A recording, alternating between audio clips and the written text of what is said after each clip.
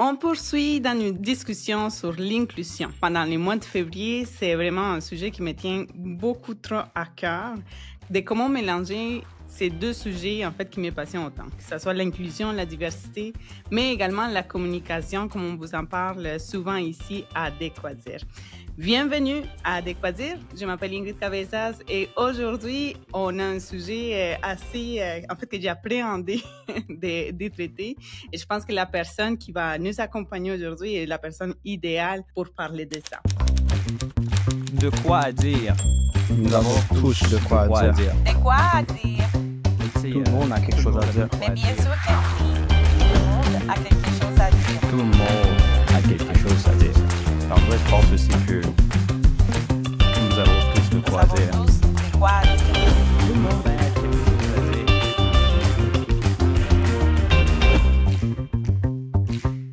Ouais, il y a des quoi à dire.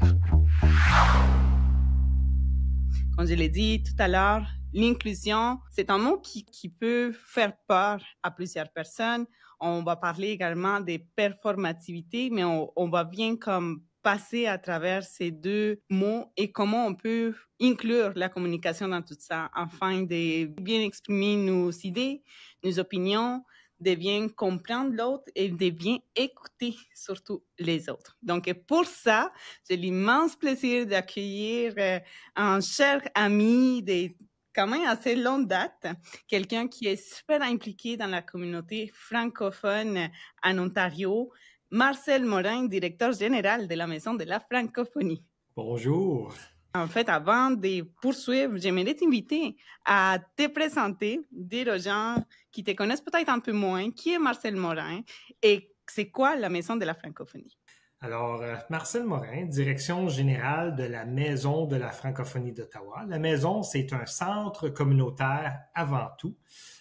C'est un centre multiculturel, multigénérationnel, multiservice et multipartenaire. Donc, c'est vraiment un endroit où on peut trouver de tout sous un toit, où on parle beaucoup d'appartenance, où on parle beaucoup de famille. Et c'est un peu pourquoi on l'a appelé la maison. Et c'est vraiment un endroit de rassemblement pour qu'est-ce que nous, on appelle notre francophonie plurielle. La francophonie plurielle, c'est un mot qui nous a accompagnés pendant très longtemps, en fait, parce que Marcel et moi, on a eu le plaisir de faire une émission qui s'appelait Sous toutes nos couleurs. Donc, l'idée était, en effet, de parler des différentes couleurs de la francophonie, donc de ces différentes diversités qui s'est trouvée ici en Ontario. On a eu beaucoup de fun à faire cette émission qui a duré une saison, à peu près 20 émissions, 20 intervenants de différentes communautés, de différents pays. Et ça nous a permis d'ouvrir nos horizons également. Marcel, avant de continuer pour la discussion, en fait, j'ai toujours eu une question qui m'a traîné dans la tête et je voudrais te la poser, si c'est possible, en fait. Comment tu es arrivé à faire la Maison de la Francophonie? Qu'est-ce qui a fait clic chez toi pour dire, je veux vraiment avoir un lieu de rassemblement où est-ce que tout le monde se sente chez soi? Bien, c'est ça. La première réalité, c'est qu'on n'est jamais seul à l'intérieur de qu'est-ce que moi j'appelle un projet de société. Un projet de société, c'est de commencer à reconnaître l'ampleur des possibilités lorsqu'on ouvre un centre. Par exemple, un centre communautaire, un centre culturel, artistique, axé sur sa francophonie, parce que veut pas, on garde le contexte au niveau de la francophonie. Mais on a passé beaucoup de temps, moi, mon conseil d'administration, les gens de la communauté, les gens que j'ai côtoyés depuis ma petite enfance, à définir ce qu'est la francophonie. Et ça, c'est une longue conversation. Nous, on a commencé initialement avec le contexte de francophone, de francophile qu'on connaît très bien, de franco-curieux, curieuse, de franco-amoureux, amoureuse. Et on a commencé à rentrer dans des dialectes, on a commencé à rentrer dans des expressions, on a commencé à rencontrer différents contextes où l'accent était différent aussi. Et on s'est dit, ça, c'est tout de la francophonie. Et à quelque part, ce contexte de francophonie plurielle-là, eh bien, il englobe encore plus le concept d'une simple langue. C'est une culture, mais c'est une culture universelle, c'est une culture internationale. C'est une culture qui vient gérer des gens qui se rassemblent pour parler en français, mais avec toutes de différentes couleurs. C'est très beau ce que tu dis, puisque ça reflète un peu ce qui est l'inclusion d'une certaine façon.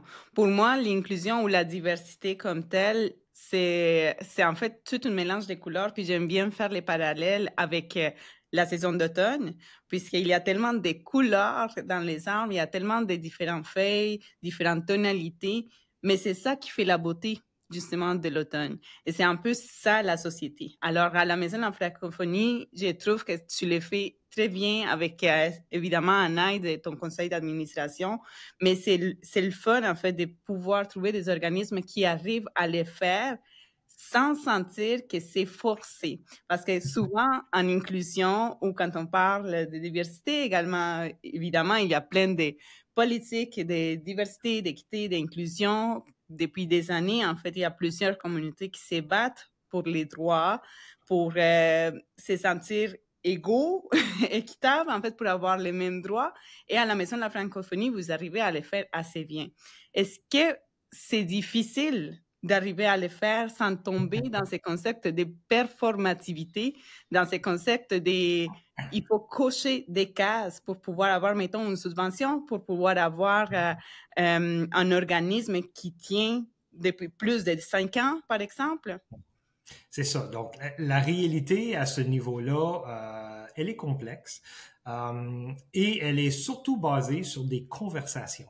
La façon dont on a tout débuté à la Maison de la francophonie, c'est on a jasé avec beaucoup de personnes pour essayer de comprendre ce que devrait être la maison. Donc, au lieu de bâtir une maison, de s'attendre à ce que les gens vont en profiter, on s'est dit, qu'est-ce que vous aimeriez à l'intérieur de cette maison? En espérant en retour comme de raison que si on crée quelque chose à l'image de ce qu'une société désire, eh bien là, les gens peuvent en profiter davantage et se sentir chez elles, chez eux. Et c'est pour ça que nous, on a redéveloppé tout le concept au niveau du vocabulaire. On a éliminé inclusion, par exemple. On utilise le mot appartenance. Parce que inclusion donnait encore la connotation d'exclusion. Donc, moi d'un côté, une autre personne d'un autre côté, et on trouvait que ça avait encore un genre de petit mur qui se créait au lieu du concept d'appartenance sous un toit, tout le monde ensemble, à travailler. Et donc là, on commence à parler de richesse au niveau de la culture plutôt que des différences au niveau des cultures. Parce que la richesse au niveau des cultures, c'est que ça apporte des différentes façons de voir les choses, ça apporte des différentes façons de faire les choses, et comme des raisons, ça apporte tout genre de différentes saveurs, de couleurs, de réalités, pour être capable de marier le concept au niveau de la francophonie, mais dans un grand concept tout englobant, ensemble, appartenant à une famille commune. C'est très beau ce que tu dis. Puisqu'en communication, on parle souvent, je vous l'ai dit souvent dans les épisodes de Quoi dire, l'écoute active. Donc, tu as mentionné plusieurs éléments qui font partie de l'écoute active. Vous avez été plusieurs donc à poser des questions. Vous étiez là, ouverts à écouter, à comprendre les enjeux de la communauté également pour les faire appartenir.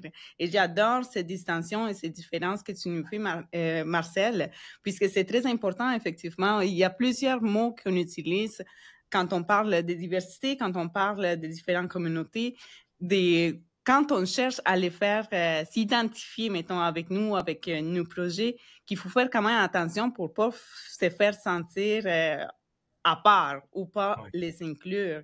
Et vous avez très bien fait. Est-ce que vous avez eu une méthodologie, avez-vous eu comme des consultants, en fait, qui vous ont aidé à bien faire et arriver à le faire? Parce que c'est pas facile, hein, de pouvoir communiquer tout ça, de pouvoir écouter et comprendre les différents enjeux des différentes communautés également? La race humaine a tendance à complexifier absolument tout. À la fin de la journée, le concept au niveau de l'écoute active, même si on a beaucoup d'ateliers, de formations, d'experts conseils, l'écoute active, là, officiellement, c'est écouter sans tout de suite penser à répondre. Parce qu'on est très habile comme humain de dire, quand quelqu'un me parle, je dois déjà me préparer une réponse intelligente pour être capable de soit contredire, d'ajouter. Et là, durant que je suis en train de penser, je ne suis plus en train d'écouter.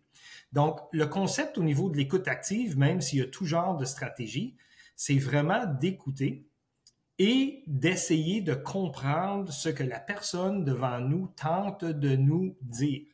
Les réalités sont différentes, les expériences de vie sont différentes, tout le contexte au niveau de comment on veut présenter quelque chose devient très important. Donc, l'écoute active, c'est je vais juste écouter. Je vais prendre le temps d'entendre ce que tu me dis et par la suite, même si je dois commencer en disant là, j'ai pas de réponse parce que j'ai pris beaucoup de temps à écouter. Je dois maintenant prendre du temps à essayer de formuler comment moi je me sens dans cette réalité-là. Comment est-ce que je dois réagir parce que j'ai des politiques, des directives, des réalités à suivre de mon côté également. Et comment est-ce qu'on peut marier cette partie-là pour arriver au concept d'appartenance. Donc, l'écoute active, très simplement, c'est d'écouter sans être obligé de déjà penser à une réponse pour vraiment être capable de bien comprendre ce que la personne nous présente. Une fois que cette étape-là, elle est faite, c'est qu'est-ce qu'on a fait en communauté. Moi, j'ai été très choyé d'avoir un conseil d'administration avec des gens très sages qui ont pris le temps de dire « Marcel, écoute, tu n'es pas obligé de toujours avoir les réponses. Prends le temps d'entendre. Si tu n'as pas de réponse, fais simplement dire « j'ai pas de réponse ». Et là, par la suite, d'arriver à peut-être présenter à d'autres personnes et dire « vous pensez quoi de ça? Qu'est-ce que nous, on peut faire comme maison? » Et c'est de là qu'on a commencé à développer une approche qui était « viens m'en parler et on verra qu'est-ce qui est possible par après. » C'est super intéressant ce que tu dis, vraiment, et j'adore les étapes comme tu les montres. Ça a l'air facile, hein, mais c'est pas du tout facile. Et je vous l'ai dit souvent, écouter, se taire, c'est pas facile parce que comme tu l'as si bien dit, la nature humaine est réactive. On veut tout le temps avoir une solution. On veut avoir, voilà, non, on peut faire comme ça, on peut faire comme ci. Il y a tout le temps cette façon de réactivité. Et quand on parle des sujets qui sont assez délicats, dans le sens que on cherche à aller chercher les plus de gens possibles, à les accueillir, à ouvrir nos bras, à ouvrir les portes de notre maison, à les faire sentir également chez eux, faire sentir qu'ils font part de quelque chose parce qu'ils appartiennent à quelque chose, c'est très important. Et même en communication, que ce soit des tout à tout, face to face, peu importe, c'est important de toujours être en disposition d'écouter avant de répondre, avant de mettre une solution sur la table. Et vous l'avez si bien fait. Ça fait déjà 5 ans à la Maison de la Francophonie. Marcel, oui. Comment tu pourrais résumer, en fait, en 3 mots, mettons? Je te mets assez difficile. 3 mots. Les challenges de la Maison de la Francophonie en 5 ans. C'est ça. Donc, nous, je te dirais accueil, parce qu'initialement, on devait simplement accueillir idées, accueillir personnes, accueillir nouveaux défis. Par la suite, c'était au niveau la gestion, parce que la gestion, il fallait quand même mettre des choses en place. Et par la suite, c'est célébration. Célébration parce que quand on vient qu'à reconnaître que notre francophonie plurielle est dans toute sa pluralité, francophone, francophile, franco-curieux, franco-amoureux, multiculturel, multigénérationnel, entre en jeu, là, on célèbre le fait qu'on a une richesse devant soi et que, même si moi, j'ai pas la solution, quelqu'un dans mon entourage aura une solution qu'on pourra travailler certainement ensemble. Donc, pour moi, ces 3 mots-là que je disais. Et moi, ça a été difficile au début, je vais t'admettre, de carrière. Je suis une direction d'école. Tu sais c'est quoi une direction d'école? On est des pompiers. On prend des décisions. Quand un problème arrive, il faut résoudre très rapidement. J'ai toujours résolu les choses très rapidement et avec grande efficacité. Le défi, c'est quand tu n'es plus obligé de faire ça et qu'on te demande d'écouter au début, c'est difficile de simplement dire « OK, j'écoute, je vais prendre on verra après. Comme direction d'école, j'étais pas habitué à cette réalité-là. Donc, ça a été un cheminement pour moi également dans cette belle découverte-là. Qu'est-ce que tu as le plus appris dans ce cheminement de 5 ans? En fin de compte, c'est justement ça. C'est qu'une solution ou une réponse n'est pas nécessaire immédiatement. J'ai déjà eu des rencontres avec certaines communautés, avec certains contextes, avec certaines personnes où j'ai dit, j'ai aucune idée quoi faire avec ça. Laisse-moi y réfléchir. Laisse-moi te revenir dans un délai raisonnable. Laisse-moi consulter d'autres personnes et on trouvera peut-être quelque chose qui va être satisfaisant à ton avis et qui demeurera fonctionnel dans notre contexte aussi. Mais ça a été une grande découverte d'être capable de dire « je vais prendre le temps de », quand d'habitude, on est très habile à tout avoir les réponses. Puis souvent, on n'a pas toutes les réponses. Et maintenant, en 2025, on est en plein début d'année, un peu. Comment Marcel Morin se projette dans l'avenir, dans son objectif de vie ou sa passion de faire sa maison une appartenance culturelle pour la francophonie, pour les différentes communautés ici en Ontario? La beauté de ce qu'est la Maison de la francophonie, c'est que même si moi, j'y travaille très fort, que je semble être la personne qui parle souvent au nom de la maison, le but éventuellement, c'est que cette maison-là, étant un projet de société, devient une réalité qui appartient à tout le monde.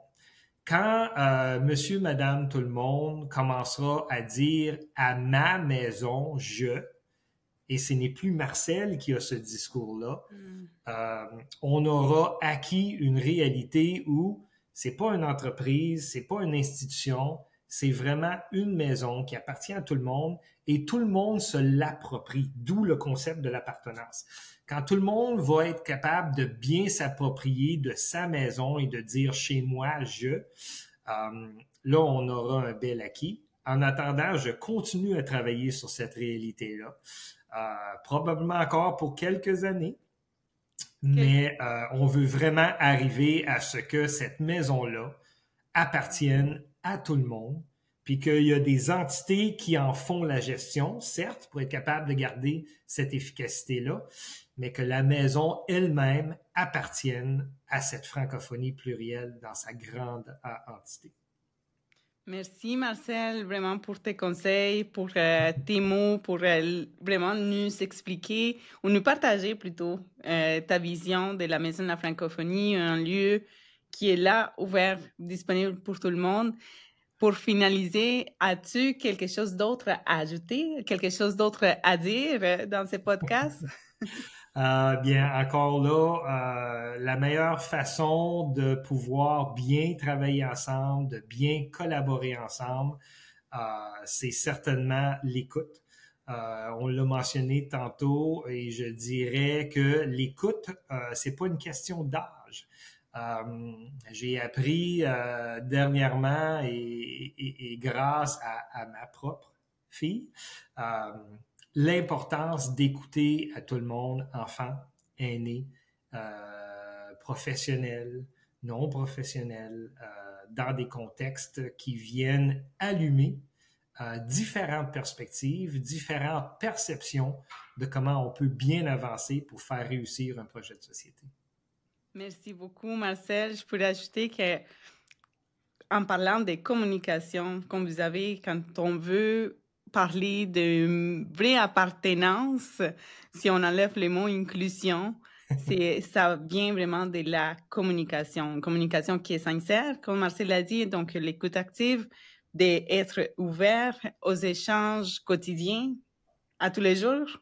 Tu l'as si bien mentionné, en fait, des petites actions avec les gens qu'on croise dans la rue, dans l'autobus, à notre travail également. C'est des petites actions qui peuvent changer la mentalité, qui peuvent changer pour nous aider, en fait, à construire un monde qui est meilleur de ce qu'on a aujourd'hui, un monde qui est juste, qui est plus accès ou ouvert aux différentes communautés.